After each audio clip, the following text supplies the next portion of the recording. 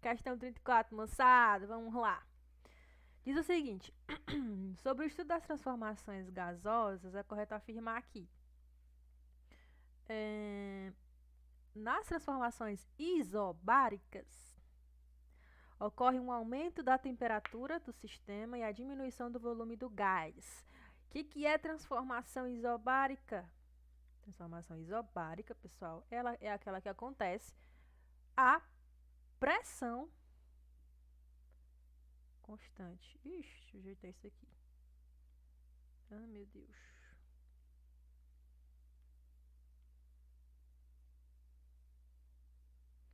Quando a pressão é constante, beleza? Ele diz que ocorre o aumento da temperatura no sistema, o aumento da temperatura do sistema e a diminuição do volume do gás. Será que isso faz sentido, pessoal? As transformações isobáricas, elas são regidas pela lei de Charles, beleza? Transformações isobáricas são regidas pela lei de Charles. A lei de Charles, ela diz que quando a pressão é constante, a razão entre o volume e a temperatura é igual a uma constante, beleza? Isso implica dizer que se, matematicamente, né, a gente fazendo aqui, se você coloca a temperatura para o outro lado aqui da equação, a gente vai ter que o volume vai ser igual a uma constante multiplicado pela temperatura. Isso aqui vai implicar dizer que esse cara aqui, ou seja, o volume, ele é diretamente proporcional à temperatura, ok? E ele está falando aqui que na transformação isobárica, de novo, lei de Charles, ocorre o aumento da temperatura do sistema e a diminuição do volume. Não é isso, ok? Se você aumentar a temperatura do sistema, o volume de gás ele vai aumentar. E isso faz super sentido. Imagine, por exemplo, que a gente tem um recipiente onde a gente tem um gás, né, lá dentro desse recipiente. Se você aumenta a temperatura sobre esse sistema, o grau de agitação das partículas vai ser maior. Consequentemente, essas moléculas elas vão se afastar, não é isso? E isso implica dizer que, uma vez que as moléculas estão se afastando, o seu volume está aumentando. O volume de gás está aumentando. Ou seja, o volume de gás ele aumenta com o aumento da temperatura. Ok? Então, essa aqui está errada. Alternativa B. Letra B. Nas transformações isocóricas, os gases são submetidos a um aumento de volume. Transformação isocórica, pessoal, também conhecido como transformação isovolumétrica, são transformações que acontecem a volume constante, ok? E aí ele diz o seguinte, ó, nessas transformações isocóricas, os gases são submetidos ao aumento do volume, acabei de dizer. Se é uma transformação isocórica, o volume é constante. Se o volume é constante, ele não vai mudar, ele não vai aumentar, ele não vai diminuir, ele vai ser constante, ou seja, ele vai ser o mesmo. Tira essa aqui, não é essa. Próxima. Nas transformações adiabáticas, o que é transformação adiabática, Amanda? Transformação adiabática é aquela que acontece sem troca de calor, né, do sistema para com as vizinhanças, ou vice-versa, ok? Não tem troca de calor nas transformações adiabáticas. E ele diz o seguinte, nessas transformações adiabáticas, os processos de expansão ou compressão são rápidos e não ocorre transferência de calor. Não ocorre transferência de calor. Pode ser, não é isso? Próxima. As transformações isotérmicas podem ser escritas pela equação P sobre T é igual a constante, onde P é a pressão e T é a temperatura. Galera, transformação isotérmica são transformações gasosas que acontecem quando a temperatura é constante. Então, aqui, ó, a temperatura é constante nas transformações isotérmicas, beleza? Se você já estudou um pouquinho de termodinâmica química, você vai saber que transformações isotérmicas, também conhecida como lei de Boyle, não é isso? É, no início do estudo dos gases, a gente estuda a lei de Boyle. E ela diz justamente isso, que a temperatura constante, a pressão, ela é inversamente proporcional ao volume. Como assim, Amanda? Quando a temperatura é constante, o produto, né, que é justamente a lei de Boyle diz isso, que o produto da pressão pelo volume é igual a uma constante. A pressão vezes o volume é igual a uma constante, ok? Isso aqui é a lei de Boyle. E aí o cara está falando o seguinte, que nessas transformações isotérmicas, elas podem ser escritas como a razão entre P e T é uma constante. Então, novamente, ó, matematicamente, se a gente for é, colocar aqui, mas aqui não tem como. Mas se a gente colocar, por exemplo, aqui é, é, essa temperatura aqui para o outro lado da equação, a gente vai ter o seguinte, que a pressão ela vai ser igual a uma constante vezes a temperatura. Se você souber o enunciado da lei de Boyle, você consegue já saber que isso aqui está errado, ok? Porque geralmente, na lei dos gases, quando uma grandeza ela é constante, ela não aparece na equação, justamente pelo fato dela ser constante. Então, aqui, ó, dica infalível. Preste atenção nisso. Nas transformações gasosas, lei de Boyle, lei de Charlie, lei de Gay-Lussac, ok? Que são transformações para pressão constante, para temperatura constante, volume constante e pressão constante. Cada lei dessa tem o seu enunciado, matematicamente, ok? Tem seus gráficos e tudo mais. Não é o nosso foco aqui. Mas aqui é o seguinte: se a temperatura ela é constante, ela não devia nem aparecer aqui na equação, ok? Essa equação está errada, não é? Então já é o suficiente para a gente saber que esse aqui está fora, beleza? Próxima, letra E. O que diz a letra E? A expansão de um gás sempre ocorrerá com o aumento da temperatura sobre o ambiente que o cerca.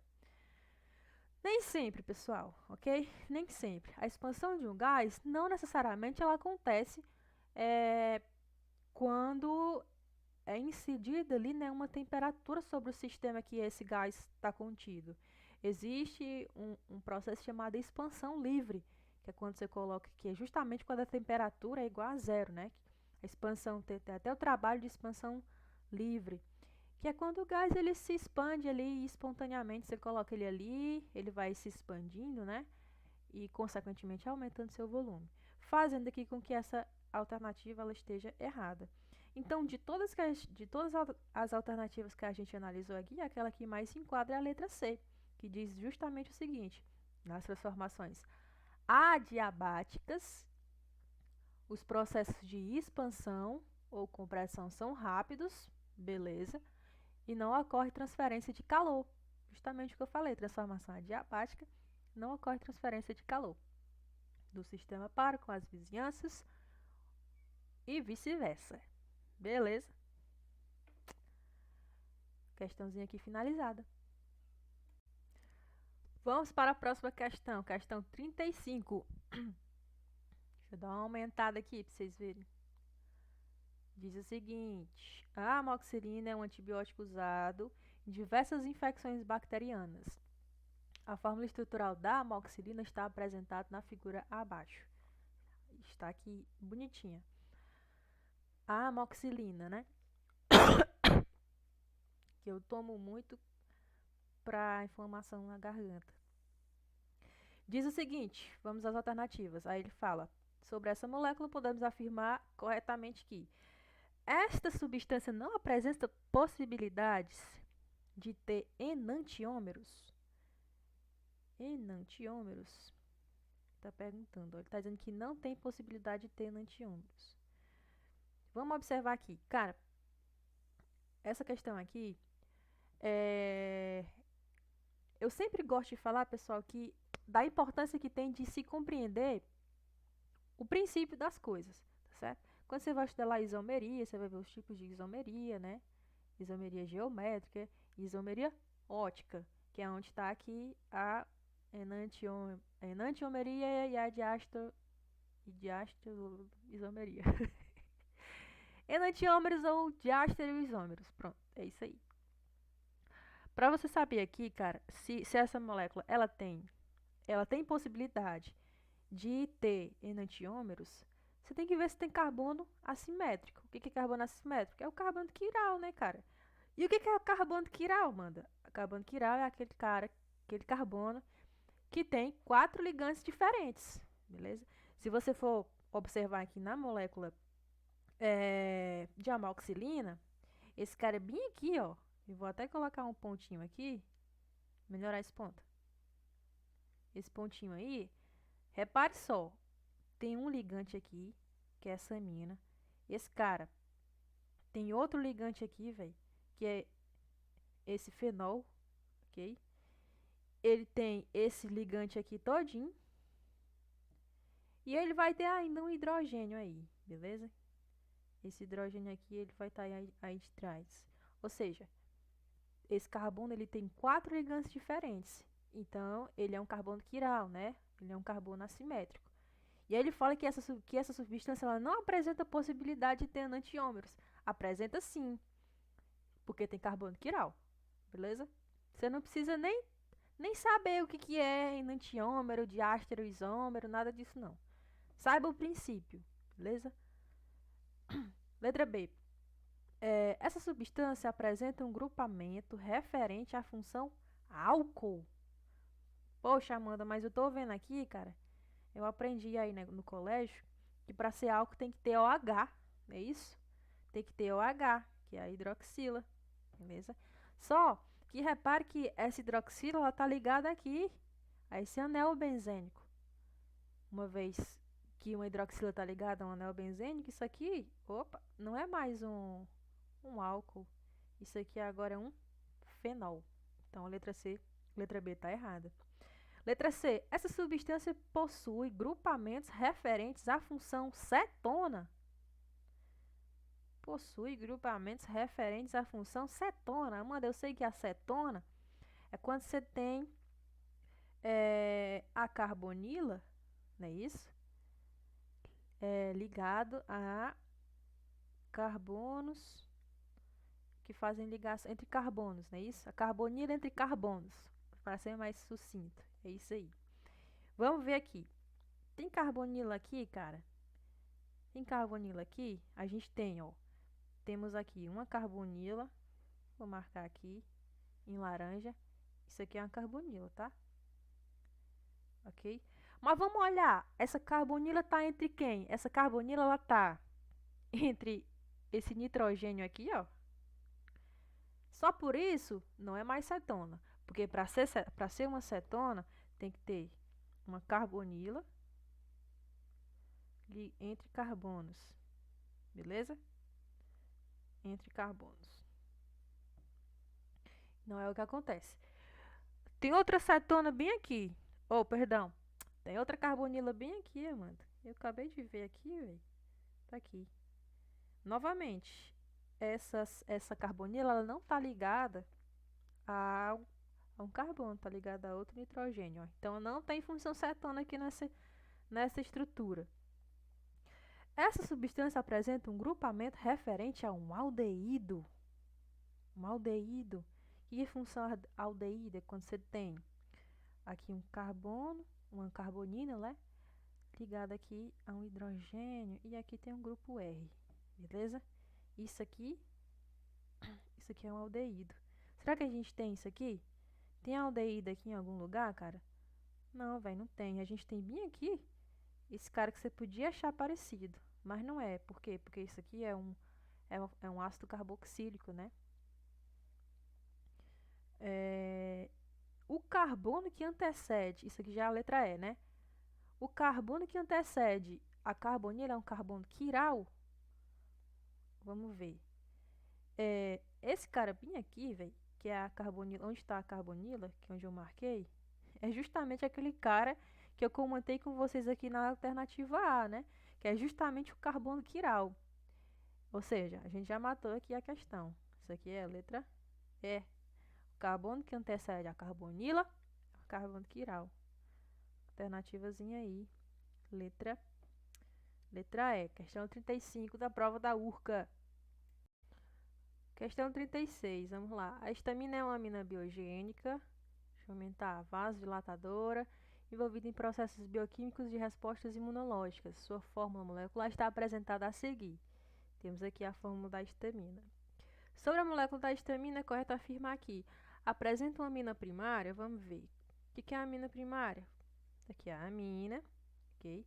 Essa amina está ligada a esse carbono aqui, que está ligado a esse outro carbono aí, ok? Novamente, a amina está ligada a um carbono que está ligado a outro carbono, ou seja, esse carbono aqui é um carbono primário. É um carbono primário. Se a amina está ligada a um carbono primário, ela é uma amina, muito bem, primária, ok. Já temos a nossa alternativa correta, né? Bom, né? Quando aparece assim, primeira alternativa já correta. Mas vamos analisar as outras. Apresenta carbonos com hibridização sp. Carbono com hibridização sp é aquele carbono que ele faz duas ligações duplas, tá bom? Isso aqui é a hibridização sp. Não é o que acontece. Não temos nenhum carbono aqui que faz ligações duplas. Possui caráter ligeiramente ácido? Não. Geralmente as aminas, elas têm um caráter ligeiramente básico. Apresenta atividade ótica devido à presença de carbonos assimétricos, carbonos quirais. Não temos carbonos quirais aqui. Ok, pessoal? Ah, Amanda, mas você podia pensar, por exemplo, que aqui a gente tem um carbono quiral. Só que esse cara aqui, ele está ligado por essa ligação dupla. Logo aqui, né? E isso não confere, não é um carbono quiral. Por quê? Porque o carbono quiral ele tem que ter 4 ligantes distintos e ligados por ligações simples. Não é o caso. A última, apresenta a fórmula C5H11N3. Vamos ver. Quantos carbonos a gente tem aqui? Temos, ó, C. 1, 2, 3, 4, 5. C5. Quantos hidrogênios? Temos 2 aqui, mais 2 aqui. Temos 4, mais 2 aqui. Eu vou escrever os carbonos aqui. Pode ser que não está acompanhando. Novamente. 2 daqui. Aqui temos 2, são 4. Aqui temos 2, 2, 4 são 6. Aqui não temos nenhum, porque esse carbono aqui já tem 4 ligações, ok? Aqui temos 1, ok? 3, 4 ligações. Então, já temos quanto? 2, 4, 6, 7, mais um 8, 9. C9, N, 1 nitrogênio, 2, 3. C5H9N3. Ele está dizendo que é C5H11N3. Não é essa. Nossa alternativazinha, letra A.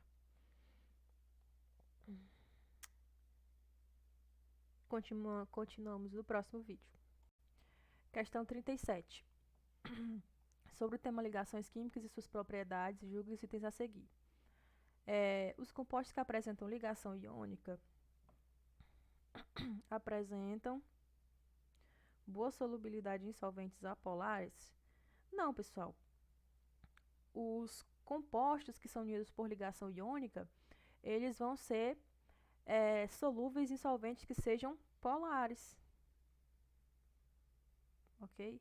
E ele está dizendo aqui que é apolares. Mas assim, Amanda, por quê? Por que os compostos unidos por ligação iônica eles vão ser ter boa solubilidade em solventes que são polares? Se você parar para pensar um pouco, os compostos que são ligados por ligação iônica, como por exemplo, vamos pegar aqui o cloreto de sódio, ok? Esses compostos, eles são o quê? Polares, ok? Ó, a gente tem aqui esse cloreto aqui, opa,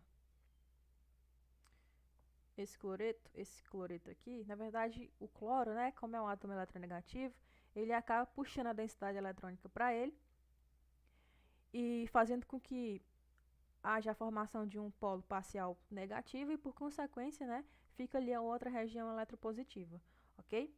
A solubilidade, ela está relacionada à capacidade de separação desses íons em solução. Então, se você tem um solvente, né, que é polar, ele vai possibilitar uma separação mais efetiva. Por quê? Porque, por ser um solvente polar, a gente já sabe que ele também tem polos, ok? Então, as cargas positivas do solvente polar, eles têm essa capacidade de orientar as cargas negativas de quem? Do soluto, ok? Você também poderia pensar naquela regrinha lá do semelhante dissolve semelhante. Como compostos iônicos têm essa natureza de serem polares, eles vão ser melhor solubilizados, né? Vão ser solúveis, na verdade, que a palavra correta é essa. Eles vão ter uma solubilidade melhor nos solventes que são polares também, belezinha? Então essa aqui ela tá errada. Os compostos que são formados por ligação covalente, na maioria das vezes apresentam alto ponto de fusão. Vamos ver. Ligação covalente, alto ponto de fusão. Pessoal, os compostos que são ligados por ligação covalente, né, que são unidos por ligação covalente, eles não têm pontos de fusão e pontos de ebulição altos em comparação com os compostos iônicos, né? Por quê? Porque a natureza das ligações ali, das interações, elas são fracas, justamente porque não tem uma interação eletrostática, digamos assim, forte em comparação com os compostos iônicos, né? Que a gente tem ali a parte negativa e a parte positiva. Esses polos ali, devido a essa atração eletrostática, essa ligação ela se torna mais efetiva. Como ponto de fusão e ponto de ebulição está relacionado à superação, né, das forças, ou seja, o rompimento ali das forças que mantêm as moléculas unidas, como na ligação covalente. Os compostos unidos por ligação covalente são fracamente unidos, né?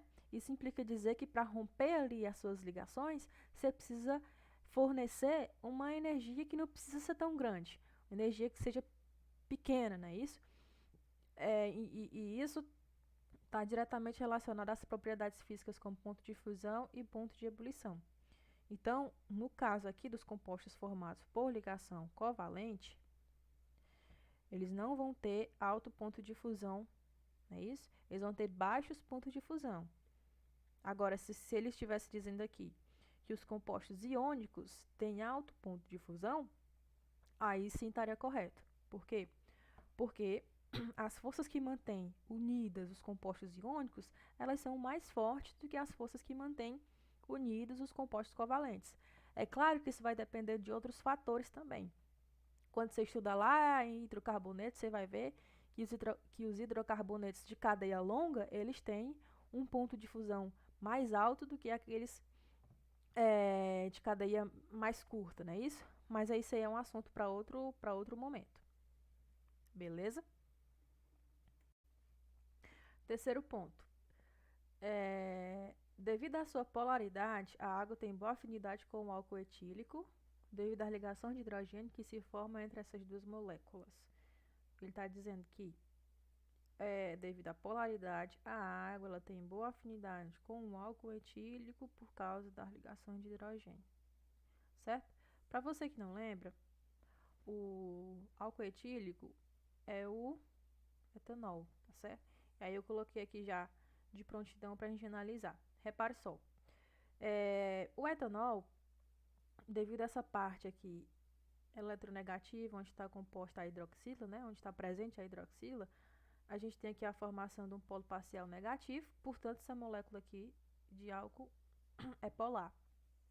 A água, a gente sabe que é polar também. Do conhecimento de todos que a água é polar. Mas se você não sabe por que a água é polar, é Por causa disso aqui, ó. O oxigênio, né, ele é o mais eletronegativo. Então, forma um polo parcial negativo aqui. Por consequência, as outras extremidades formam polos parciais positivos. É a parte eletropositiva. Aí, a questão está dizendo que a água ela tem boa afinidade com o etanol por causa das ligações de hidrogênio. Como você pode perceber, essa parte negativa, aqui onde está a hidroxila, ela interage com essa parte positiva da molécula de quê? Da água. Não é isso? Ó, vou até colocar aqui para vocês. Essa parte negativa, aqui ó, essa parte negativa do álcool vai formar uma interação justamente com a parte eletropositiva da água, ok? Essa interação aqui, que a gente chama de ligação de hidrogênio. A ligação de hidrogênio é um tipo de interação que acontece quando o hidrogênio está ligado ao oxigênio, quando o hidrogênio está ligado ao nitrogênio e quando o hidrogênio está ligado ao flúor, tá certo? É a ligação de hidrogênio. E a alternativa está falando justamente isso, ó, devido à polaridade, ela tem boa afinidade com o álcool etílico, devido à ligação de hidrogênio, ok? Isso aqui está correto porque ambos são compostos o quê? Polares. E a justificativa da ligação de hidrogênio está condizente aqui com o que a gente consegue enxergar na molécula, beleza? Item 4. Então, o item 3 ele está certo. O item 4. A molécula de água apresenta um dipolo permanente, enquanto que a molécula de oxigênio tem a característica de formar dipolo induzido. Ok? Vamos ver. Pessoal, a água, novamente, ó, aqui é a molécula de água, certo? A molécula de água, ela tem aqui os seus polos, ok? A gente já viu. A gente tem essa extremidade aqui onde tem o oxigênio, né? Polo negativo. E a outra extremidade, que é a parte eletropositiva, que é o polo positivo. Portanto, ela é uma molécula polar. A gente tem dois polos, não é isso? Ok? Então, a água ela forma um dipolo, porque são dois polos. E esse dipolo aqui é permanente, certo? Porque a molécula de água, ela sempre vai existir dessa maneira, com a parte eletropositiva e com a parte eletronegativa, ok? Dipolo permanente, vou aproveitar para falar aqui para vocês, ó, que das interações intermoleculares, a interação, a gente tem dipolo induzido, ok? Dipolo induzido vai acontecer entre moléculas apolares. E a gente vai ter também as interações do tipo dipolo permanente, que vão acontecer entre moléculas polares, ok? Como a água ela é uma molécula polar, ela tem interação do tipo dipolo permanente. Então, aqui está certo, ó. A água tá certinho. Enquanto que o oxigênio tem a característica de ter um dipolo induzido. Você conseguiria matar essa questão aqui só sabendo a polaridade, né? A polaridade que está inclusa em cada tipo de interação intermolecular. Ó, dipolo induzido acontece entre moléculas que são apolares. O O2 ela é uma molécula apolar. O O2, ó. Não tem polos a molécula de O2. Então, a interação aqui é do tipo de polo induzido. Então, o item 4 está correto também. Então, temos o item 3 e o item 4 como corretos, nos deixando aqui com a alternativa letra D, 3 e 4. Belezinha? Então, vimos aqui as justificativas Lembramos aqui algumas propriedades, né, das ligações químicas, interações intermoleculares, polaridade. E é isso. Próxima questão.